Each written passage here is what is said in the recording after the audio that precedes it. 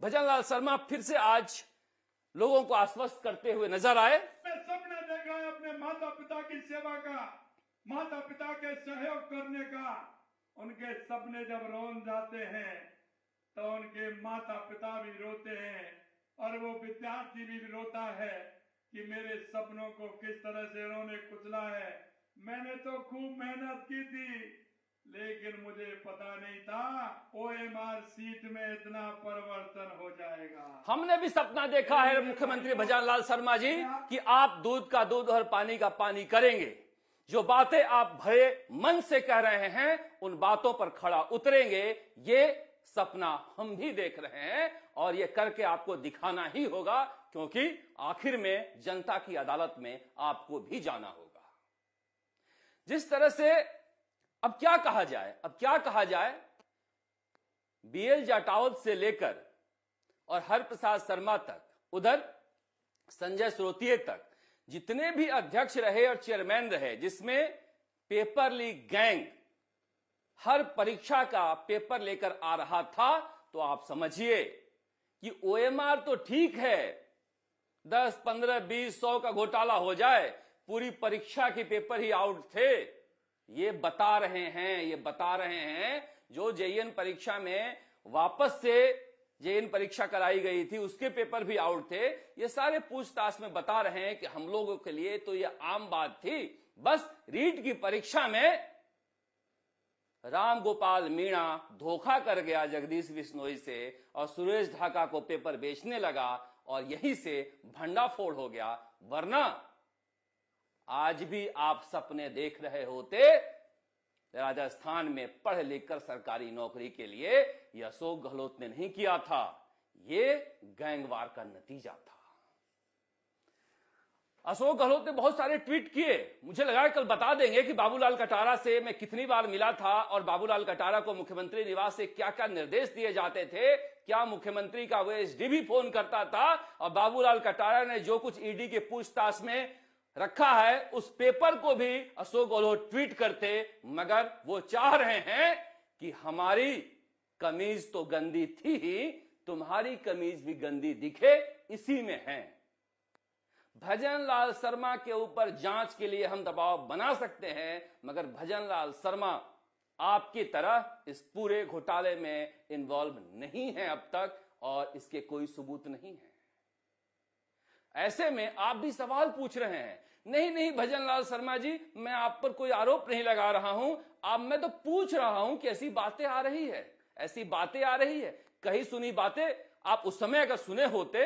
संयम लोढ़ा, हम तो पत्रकार थे, संयम लोढ़ा आपको जा कर बताते थे कि कितना बड़ा घोटाला हो रहा है। मगर जैन नेता के नाम पर आपको प्रमोद जैन भाया और मेवाराम जैन चाहिए, संयम लोढ़ा नहीं चाहिए, क्योंकि आप नेताओं की उपयोगिता कुछ और लेते हैं। हरीश चौधरी क्या बोल रहे हैं, सुन रहे हैं। सीट का जो मामला है, इन लोगों के साथ जो नौजवान अपने परिवार के बच्चे हैं राजस्थान में, उनके साथ अन्याय हुआ, इससे बड़ा अन्याय कोई नहीं हो सकता।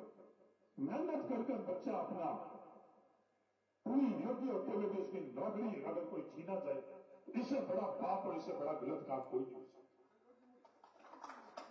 आपने जो मुझे MLA बनाया है, हेमाराम जी को घोड़ा मारने में उसे मंत्री भी बना दिया, और जहां भी जरूरत पड़ी हेमाराम जी ने सरकार को एक तरफ रखा और खुद जब पैदल चलना था उस 50 डिग्री टेम्परेचर के लिए खुद की सरकार के सामने, चाहे हरीश चौधरी थे चाहे हेमाराम जी चौधरी थे, हम लोगों ने ये कहा कि आपकी ऐसी।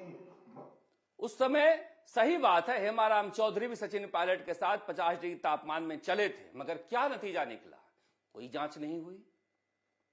अब यही सवाल है, क्या इतनी सारी जांचें हो पाएंगी, इतने सारे OMR की जांच हो पाएगी?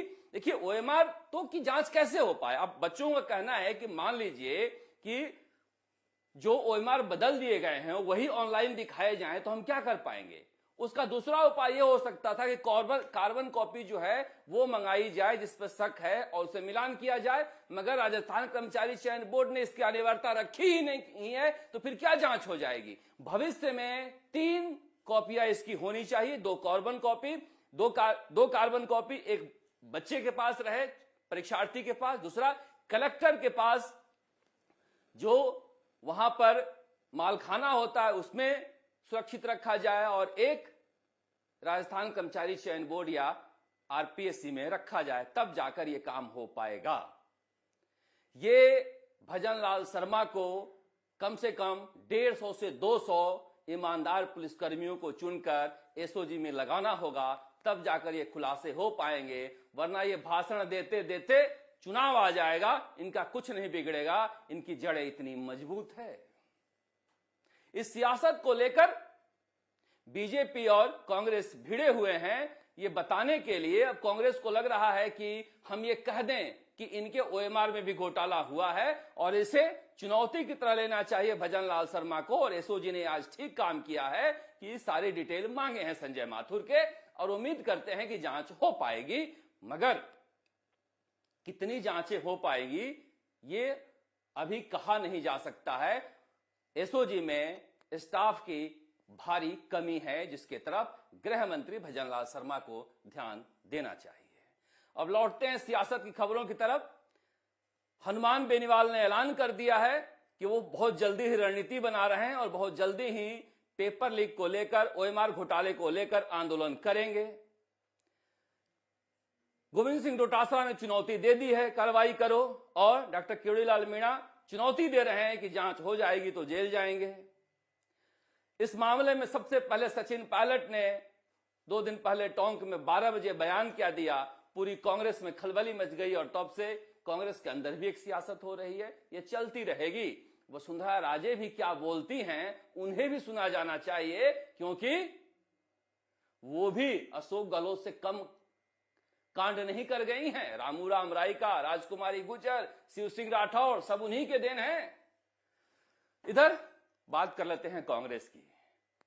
अजब कांग्रेस की गजब कहानी है। अभी अभी यूथ कांग्रेस में एक निर्देश आया था कि सारी इकाइयां भंग की जाती है, जिला इकाइयां। पता नहीं कौन सा मंथन करेंगे और कौन सा अमृत निकालेंगे जो विस्पान कर रहे हैं।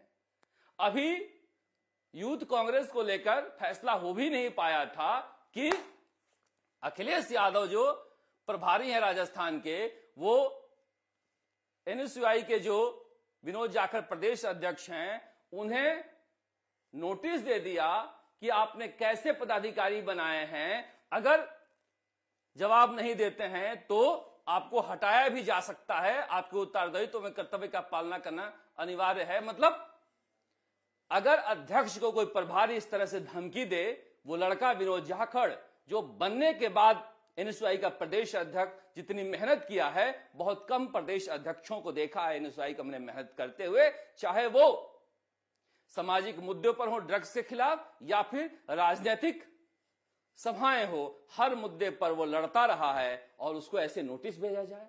अभिमन्यु पुनिया जो कांग्रेस से भी ज्यादा भीड़ लेके प्रदर्शन करता रहा है, उसकी इकाइयां भंग की जाए। पता नहीं ये कांग्रेस चाहती क्या है, मगर ये बड़े नेताओं की लड़ाई है और बड़े नेता जब तक स्वार्थ में डूबे रहेंगे, ये कांग्रेस का भंजन अभियान जारी रहेगा। आप देखते राजस्थान तक। नमस्कार, जयपुर से शरद कुमार।